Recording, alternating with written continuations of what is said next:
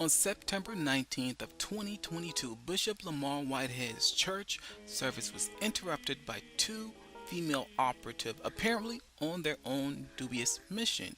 However, Bishop Whitehead would be under the impression that these women were acting on the behalf or the behest of Larry Reid and King Jives.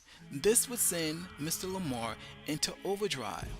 Sometime before or after this date, Mr. Whitehead would acquire intel of scandals surrounding both Larry and Jives, salacious information that had been long lost, long forgotten, or covered up.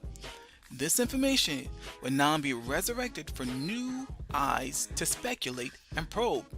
Mr. Lamar would debut his new shocking intel on September 22nd of 2022, but not just by himself, but with the backing and alongside a star-studded attraction, Tasha K, a once friend, now frenemy of Larry Reid.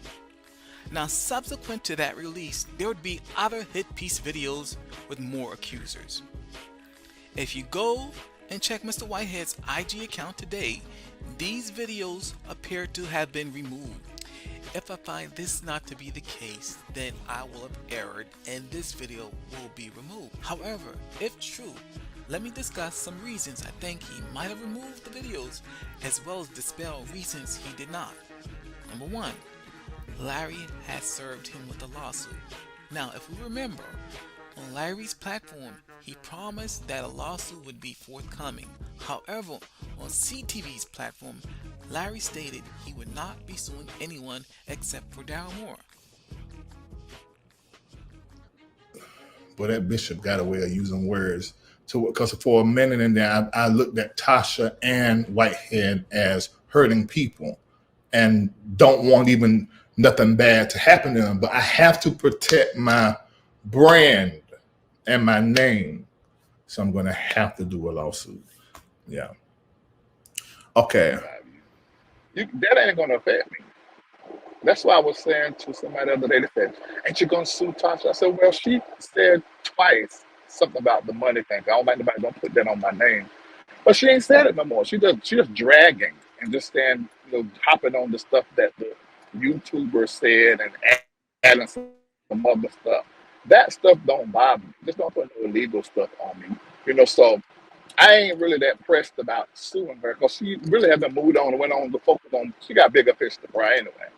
When it comes to Whitehead, he just repeated everything that YouTuber said. So of course I heard. He's supposed to be repeating some more tonight. He's supposed to be playing some more audio tonight. Yeah, which I don't know what that is. Which probably is the second one. The second, they ain't played that one yet from the second one. So I don't, that don't really bother me. I mean, just the same old stuff all over again. And anybody I feel like people just want you to sue these people out of principle. I But get that, but it ain't. But it ain't their money. Also expensive, like they're not cheap as well. So how about this, you guys? If you guys want Larry to sue people, you guys can cash app him some lawsuit money. And no, you have to wire because every lawsuit, the minimum of $100,000, a minimum. That's the minimum, but it can go up to a lawsuit. And I ain't doing that. You know how many other things I can be doing that? The only one I am concerned with is the originator of all of this stuff. Tasha wouldn't have nothing to say. Whitehead wouldn't have nothing to say if it had not been for this dude who has this strange obsession with me, who I've never met, but showed up at my house. So I don't. That's where I want the lawyers on my team right now to focus. Because that's the problem. At any rate, much like Daryl Moore, I doubt the threat of a pending lawsuit would ever deter Mr. Whitehead's hustle. Therefore, I do not think this is a valid reason he removed the video. Number 2, vindication. I think this is a logical reason he would have removed the video. The robbers have been caught, the damage to the brands of Larry and Jives are complete, and he now is ready to flip a new leaf and ride the wave of his new heightened celebrity status. Now, although Mr. Whitehead didn't or doesn't appear to be the forgiving mood when it comes to Larry and Jives, I think this might be the case at this point in time. His recent appearance at the BET Hip Hop Awards, courtesy of Fat Joe, indicates he might be inspired to get back to his flashy persona. So I do think this is a contributing factor as to why we see the videos have now been removed.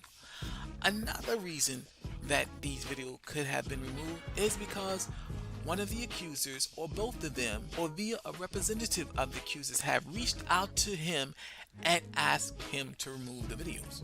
Here's the thing, people.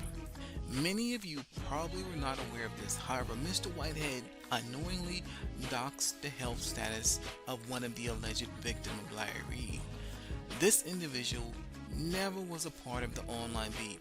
They never came forward as an accuser on Daryl Moore's platform, and they possibly didn't even have any idea that their name or their health status was revealed by accuser number 3. The audio with accuser number 3 had names and details of health statuses and family secrets that were offered as privileged information and was never intended for public consumption. Mr. Whitehead should have realized that if he was not told that and redacted that information from his release, but unfortunately he did not. Accuser number 3 provided a totally different interview that did not reveal those type of privileged and private information. In due time, I will re-release the recordings of accuser number 1 and accuser number 3 because I've always had those in my possession. But as for now, I'm happy that at least accuser number 3's testimony has been removed. If you have those recordings in your possession, please recognize and understand which information accuser number 3 was willing to share with the public. Let us be mindful to protect these accusers and to assure that we are not re-victimizing them or weaponizing their personal pain for our own self-serving purposes. Stay tuned.